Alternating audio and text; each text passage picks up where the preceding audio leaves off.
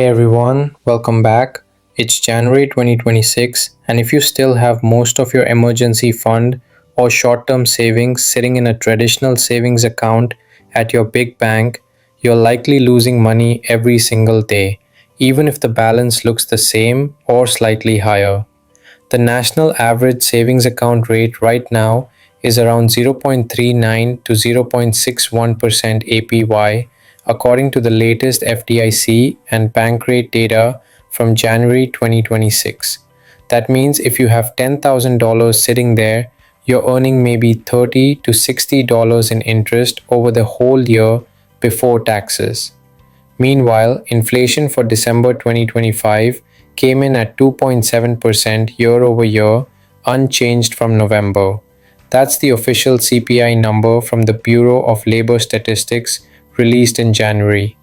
2.7% inflation means the real purchasing power of your $10,000 dropped by about $270 last year.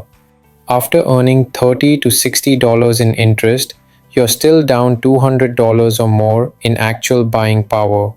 That's not saving, it's slowly bleeding.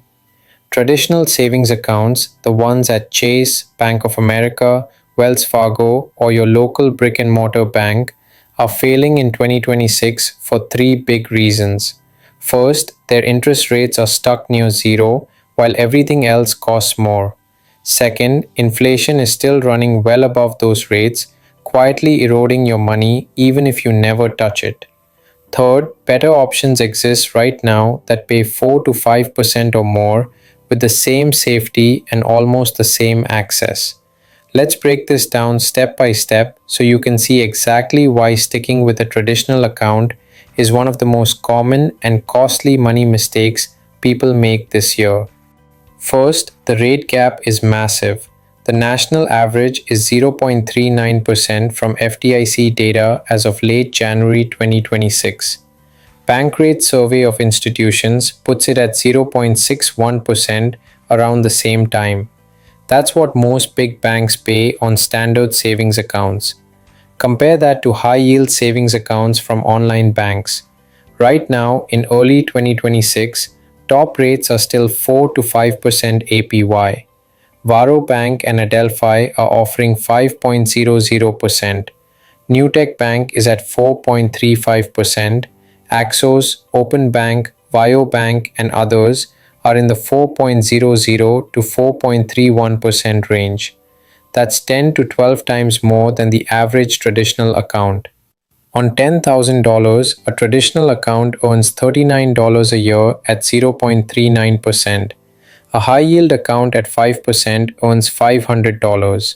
That's $461 left on the table every single year just by moving your money. And it's FDIC insured up to $250,000 per depositor, same as your big bank. Why do traditional banks pay so little? They don't need to compete. They have your checking account, your mortgage, your credit card, your direct deposit. They make money from fees, loans, and other services. They can afford to pay you almost nothing on savings because most customers never switch. Inertia is powerful. People stick with what's familiar, even when it costs them hundreds or thousands over time. Second problem, inflation is eating your money faster than the interest adds it. December 2025 CPI was 2.7% year over year. Core inflation, excluding food and energy, was 2.6%. Shelter costs were up 3.2%, food 3.1%. Even if inflation cools a bit in 2026, it's likely to stay around 2 to 3% based on current trends.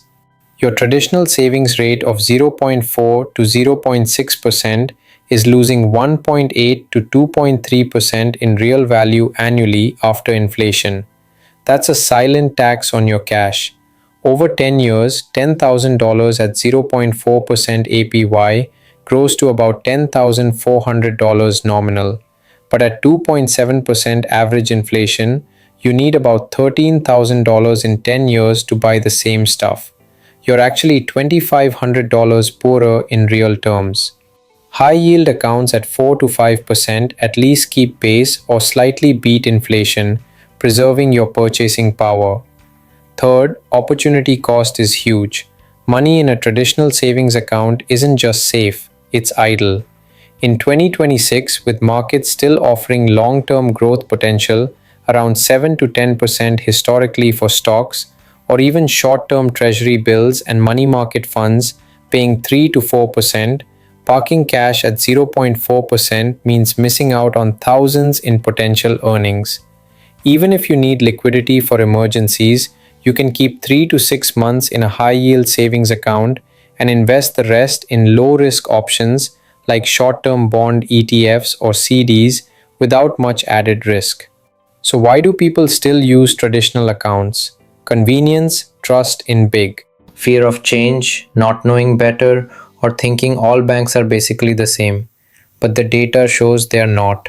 Online banks like Ally, SoFi, Marcus by Goldman Sachs, Capital One, and the ones I mentioned earlier offer higher rates, no monthly fees, easy mobile apps, and the same FDIC protection. Transfers to checking usually take 1 to 3 business days, fast enough for most emergencies. If you're ready to stop letting your savings lose value, here's your quick 2026 action plan. 1. Check your current savings rate today. Log in or look at your statement.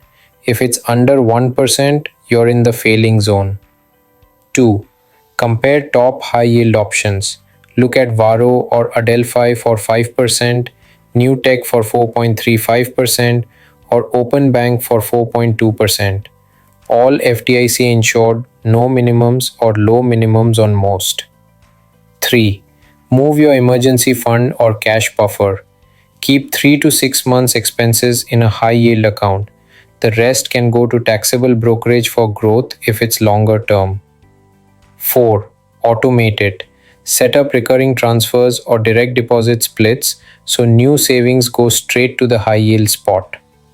5. Review once a year or when rates change significantly. Rates can drop if the Fed cuts more, but even at 3 to 4%, it's still way better than 0.4. Traditional savings accounts aren't evil, they're just obsolete for anyone who wants their money to work instead of shrink. In 2026, with inflation at 2.7% and high yield options paying 4 to 5%, there's no good reason to accept near zero returns anymore. If this opened your eyes, hit like, subscribe, and drop a comment. What's your current savings rate? And are you switching to high yield this year? I read every one. Thanks for watching. Stop letting your bank profit off your laziness. Make your money work harder in 2026. See you next time.